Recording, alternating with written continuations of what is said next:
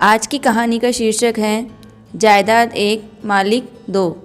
एक बार बादशाह अकबर के दरबार में दो आदमी अपनी एक बड़ी परेशानी लेकर अकबर के महल के अंदर ही झगड़ा करने लगे। तभी राजा अकबर ने पूछा कि क्या हुआ, तुम दोनों झगड़ा क्यों कर रहे हो, किस बात को लेकर झगड़ा कर रहे हो। तभी उन दोनों में से एक आदमी ने कहा कि महाराज, मेरा नाम आमिर चंद है और मैं एक बड़ा व्यापारी हूँ। इसके मेरे कई एकड़ ज़मीन भी है और यह आदमी मेरा नौकर है। मैंने इस पर विश्वास करके इसको अपना व्यापार सौंपकर कुछ महीनों के लिए किसी दूसरे गांव में गया हुआ था, लेकिन जब मैं वापस आया तो इसने मेरा सब कुछ अपने नाम करवा लिया। इतने में ही जल्दी से दूसरा आदमी बोला, नहीं हुजूर, मैं जायदाद का असली मालिक हूँ, ये झूठ बोल रहा है।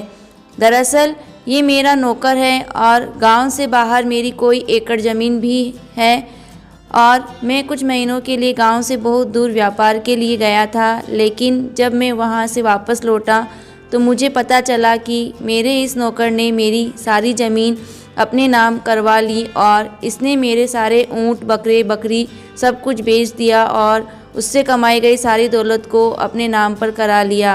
हुजूर, आप ही मेरा न्याय कीजिए।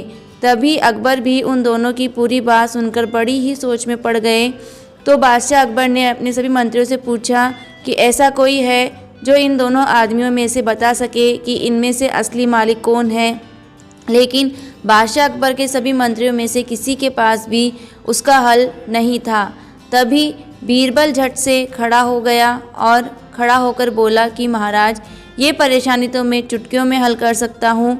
बीरबल के मुंह से ये सब सुनकर बादशाह अकबर ने उससे कहा कि बीरबल, अगर तुमने आज ही इन दोनों में से इनकी जायदाद के असली मालिक का पता लगा लिया तो आज मैं तुम्हें सोने की 100 अशर्फियाँ इनाम में दूंगा।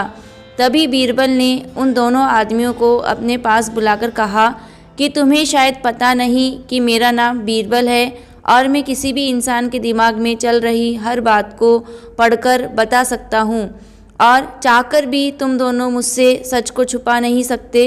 इसलिए बेहतर यही होगा कि तुम खुद ही सब कुछ सच सच बता दो। लेकिन ये क्या? दोनों में से किसी ने भी कुछ भी नहीं बोला। तो बीरबल ने कहा कि अच्छा, तो तुम लोग सच नहीं बताओगे? तो ठीक है, तो तुम दोनों ही ऐसा करो कि पेट के बल ज़मीन पर लेट जाओ और तुम अपनी आंखें बंद कर लेना। तब वो दोनों ही अपनी आंखें बंद करके पेट के बल ज़मीन पर लेट गए। तभी बीरबल ने कहा कि अब मैं अपनी आंखें बंद करके तुम्हारे दिमाग में चल रही सारी बातें पढ़ता हूँ, फिर मैं सबको बता दूंगा कि कौन सच्चा है और कौन झूठा। लेकिन जब तक मैं न कहूँ तब तक तुम दोनों में से कोई भी अपनी आंखें मत खोलना। इतना कहकर बीरबल ने कुछ देर अपनी आंखें बंद करके एक तरकीब सोची। तभी अचानक बीरबल ने अपनी आंखें खोलकर चिल्लाते हुए एक सैनिक से कहा कि सैनिक, जाओ और उस झूठे धोखेबाज नौकर का गला अभी की अभी काट दो। तभी सैनिक को समझ नहीं आया कि बीरबल जी ने किसका गला काटने के लिए कहा है, लेकिन जैसे ही वह सैनिक अपनी पैनी तलवार लेकर उन दोनों की तरफ बढ़ा और जैसे ही वो सैनिक उन दोनों के थोड़ा नज़दीक पहुंचा, वैसे ही उन दोनों में से पहला आदमी डर के मारे खड़ा होकर बीरबल के पैरों में गिरकर बोला, हुजूर, मुझे माफ़ कर दीजिए और कृपया अपने सैनिक को आदेश दीजिए कि वो मेरी गर्दन नहीं काटे। मैं आपको सब कुछ सच बताता हूँ। तभी बीरबल ने कहा कि माफ़ी मुझसे नहीं बल्कि महाराज अकबर जी से मांगो, वही कर सकते हैं आपको माफ़।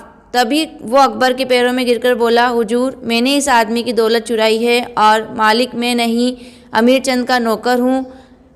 इनकी इतनी ज़मीन जायदाद और दौलत को देखकर मेरे मन में खोट आ गया था। ऐसा कहकर वो झूठा नौकर बहुत ही ज़्यादा रोता हुआ अकबर से माफ़ी मांग रहा था।